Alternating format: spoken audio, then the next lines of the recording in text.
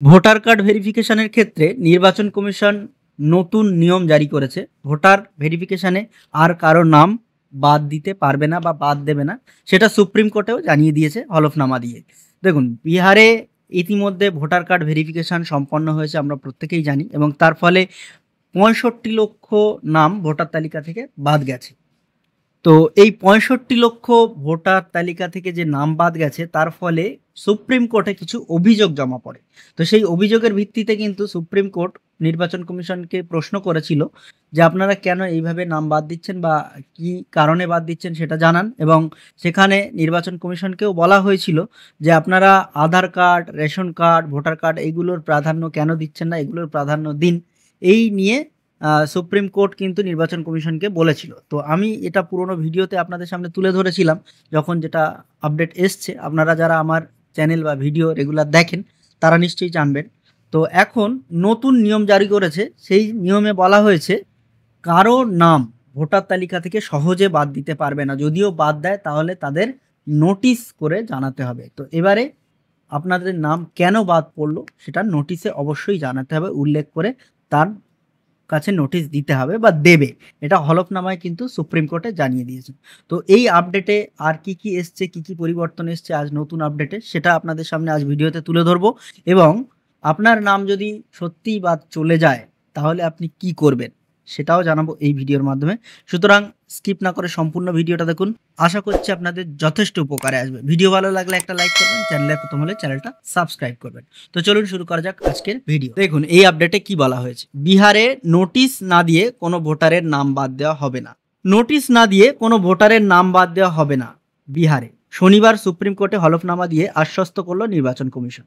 কমিশনের হলফনামায় বলা হয়েছে যে রাজ্যের ভোটার তালিকায় থাকা ভোটারদের নাম বাদ দেওয়ার আগে নোটিশ ধরানো হবে, সেখানে উল্লেখ থাকবে কি কারণে ওই নাম বাদ দেওয়া হয়েছে।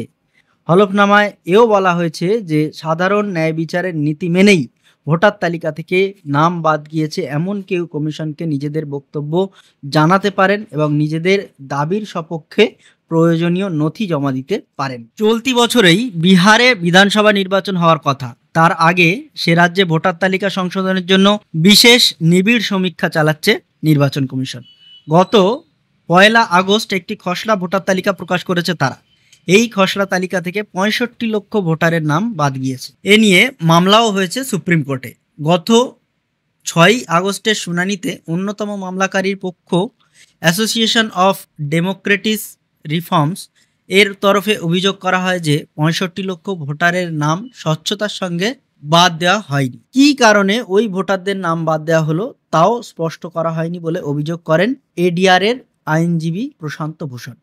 শীর্ষ আদালতে প্রশান্ত জানান, খসড়া ভোটার তালিকার পূর্ণাঙ্গ প্রতিলিপি সব রাজনৈতিক দলকে দেওয়া হয়নি।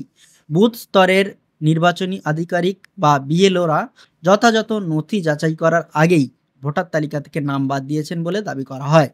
তারপরেই এই বিষয়ে কমিশনের কাছে ব্যাখ্যা চায় বিচারপতি সূর্যকান্ত। বিচারপতি উজ্জ্বল ভূঁইয়া এবং বিচারপতি এন.কে. সিংহের বেঞ্চ আগামী ১২ই আগস্ট এই মামলার পরবর্তী শুনানি।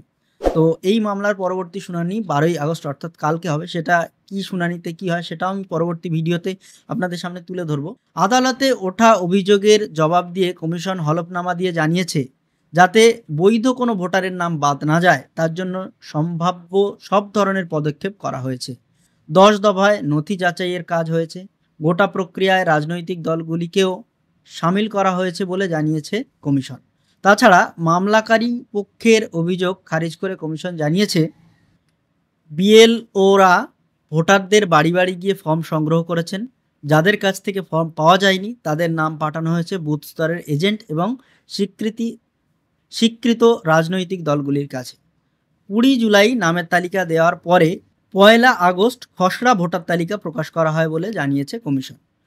তালিকা সংযোজন বিয়োজনের পর রাজনৈতিক দলগুলির প্রতিনিধিদের কাছে নতুন তথ্য ফের তুলে দেওয়া হবে বলে জানানো হয়েছে।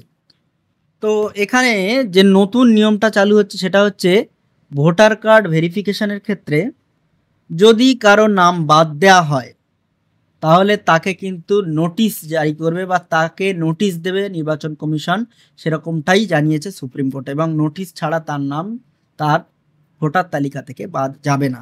এইবারে যদি আপনার নাম ভোটার তালিকা থেকে বাদ যায় এবং আপনার কাছে নোটিশ আসে, সেই নোটিশে কিন্তু উল্লেখ রাখতে হবে আপনার নাম কেন বাদ দেওয়া হলো, কোন কার্ডের কোন ডকুমেন্টস আপনার ম্যাচ করেনি, সেই জন্যে আপনার নাম বাদ দেওয়া হলো।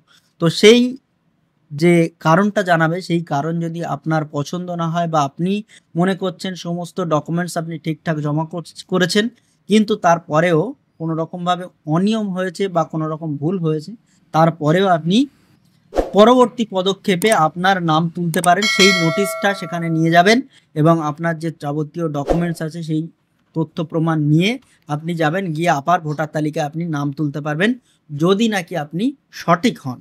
কিন্তু আপনি ভুল অথবা অন্য কারোর নাম দেখিয়ে বা ভুল ডকুমেন্টস জমা দিয়ে আপনি নাম তুলতে চাইছিলেন, আপনার নাম কেটে গেছে, নোটিশ এসছে, সেই সমস্ত কারণবশত কিন্তু আপনি বাদ গেলে আপনি আপনার নাম তুলতে পারবেন না। লিগালি আপনার নাম থাকার কথা, কিন্তু সেক্ষেত্রে কোনো বেআইনিভাবে বা অনিয়ম করে বা কোনো রকম ভুল ভ্রান্তিতে আপনার নাম বাদ গেছে, সেক্ষেত্রে সেই নোটিশে তো আপনি জানতেই পারবেন যে আপনার কি কারণে নামটা বাদ গেছে। আগে যে নিয়মটা ছিল সেখানে কিন্তু আপনার নাম বাদ চলে যাবে, কিন্তু কেন বাদ গেল, কোন কার্ডে কোন ডকুমেন্টসে আমার ভুল হয়েছে, কিছুই জানতে পারতেন না, কিন্তু এবার সেটা আপনি জানতে পারবেন। তো এবারে আমি আপনাদের আসি যে বিহারের এই নোটিশে, বিহারের এই খবরে আমাদের কি লাভ। তো এই যে নিয়মটা, এটা কিন্তু নির্বাচন কমিশনই নতুন নিয়ম জারি হলফনামা দিয়েছে সুপ্রিম কোর্টে। তো নির্বাচন কমিশন অফ ইন্ডিয়া, অর্থাৎ ভারতের যে জাতীয় নির্বাচন কমিশন, সেটা প্রত্যেক রাজ্যের ক্ষেত্রে একই নিয়ম চালু করবে, এটাই স্বাভাবিক। কিন্তু এক এক রাজ্যের জন্য এক এক রকম নিয়ম চালু করবে, এরকম হলে কিন্তু পক্ষপাতিত্বের একটা প্রশ্ন উঠবে। তাই জন্যে সুপ্রিম কোর্টে বা বিভিন্ন কোর্টে আবার নতুন করে ওই ইস্যু করে বিভিন্ন রকম মামলাও হতে পারে। সেই জন্যে প্রত্যেক রাজ্যের জন্য একই রকম নিয়ম হবে, এটাই আশা করা যায়। তো আপাতত এই যে আপডেটটা, এই আপডেটটাই পশ্চিমবঙ্গে হওয়াটা স্বাভাবিক। পশ্চিমবঙ্গে যদি নতুন কোনো বিজ্ঞপ্তি জারি হয় বা নতুন কোনো নোটিশ জারি হয়, তাতে অন্যরকম কিছু বিবৃতি থাকে, সেটাও আপনাদের সামনে আমরা তুলে ধরবো বা ধরার চেষ্টা করব। তো আজ এই পর্যন্ত যে আপডেটটা আমরা পেলাম, সেটাই আপনাদের সামনে তুলে ধরলাম। তো এই আপডেটটা আপনাদের কেমন লাগলো সেটা অবশ্যই কমেন্ট বক্সে লিখবেন। আর আজ এই ভিডিওটা এই পর্যন্ত ছিল। যাদের ভিডিওটা ভালো লেগেছে, ইনফরমেটিভ বলে মনে হচ্ছে, তারা অবশ্যই ভিডিওটা লাইক করবেন, কমেন্ট করবেন এবং বন্ধুদের কাছে প্রচুর শেয়ার করবেন। আর যারা আমার চ্যানেলে প্রথম বা ভিডিওতে প্রথম, তারা অবশ্যই চ্যানেলটা সাবস্ক্রাইব করবেন এবং পাশে থাকা বেল আইকনটি ক্লিক করে অল করতে ভুলবেন না, যাতে আমার সমস্ত সাইবার ক্যাফে রিলেটেড ভিডিও সবার আগে আপনার পেজে চলে আসে। তো দেখা হচ্ছে আগামী ভিডিওতে। টাটা।